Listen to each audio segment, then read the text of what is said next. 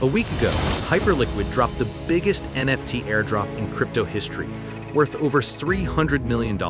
But were these NFTs truly a reward for real users, or just another gift to early farmers chasing incentives? I've spent hours digging through on-chain data to uncover the truth, and today, we'll find out who really received the airdrop. 1 year ago, Hyperliquid gave users a bold choice: keep your full Hype airdrop, or trade part of it for a mysterious NFT. 4,313 users took that risk, and each received one Hypurr NFT, now worth around $70,000.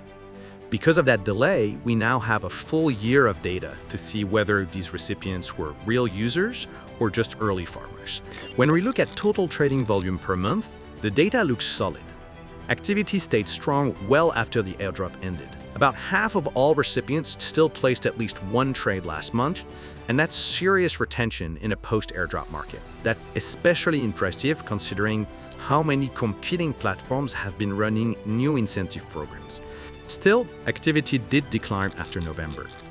Around 1,200 users haven't traded in the last 6 months, and roughly 1,700 wallets, or about 30%, haven't traded in at least 3 months. Those probably shouldn't have been rewarded, but overall retention remains strong for such a massive event. Finally, about 2/3 of recipients also use other exchanges, but many still trade actively on HyperCore itself.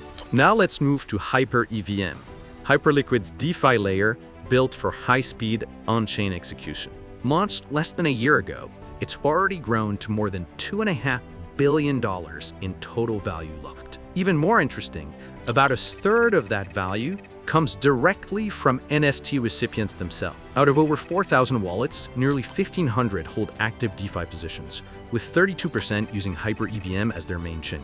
They're spread across major protocols like Hyperland, Kinetic, Morpho, Felix, and several others in the Hyper ecosystem. Altogether, recipients hold around 20% of all ecosystem points across major protocols combined. That's the exact type of consistent user behavior Hyperliquid wanted to see from its long-term power users. Before we move on, I want to quickly introduce you to the HyperEVM Smart Assistant we just launched at Otomato. It's your portfolio-aware assistant, and it monitors your wallet 24/7 and alerts you when something important happens. If your health factor drops on Hyperland, it warns you before liquidation, giving you time to react. If your borrowing rate suddenly spikes, you'll get a notification instantly.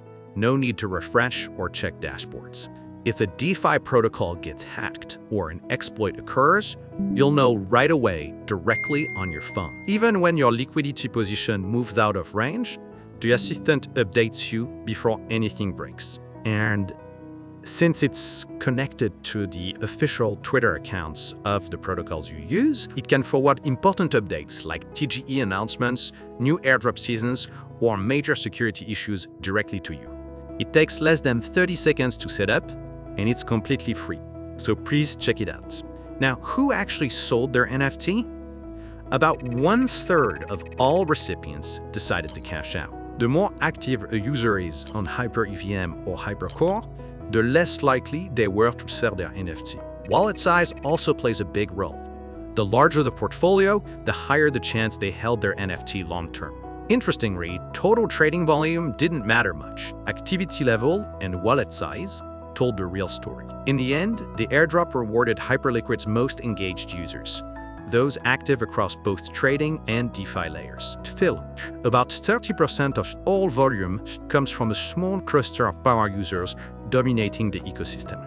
With $18 billion in incentives still unclaimed, Hyperliquid's biggest test might still be ahead. Will it double down on power users or extend to new ones across both ecosystems?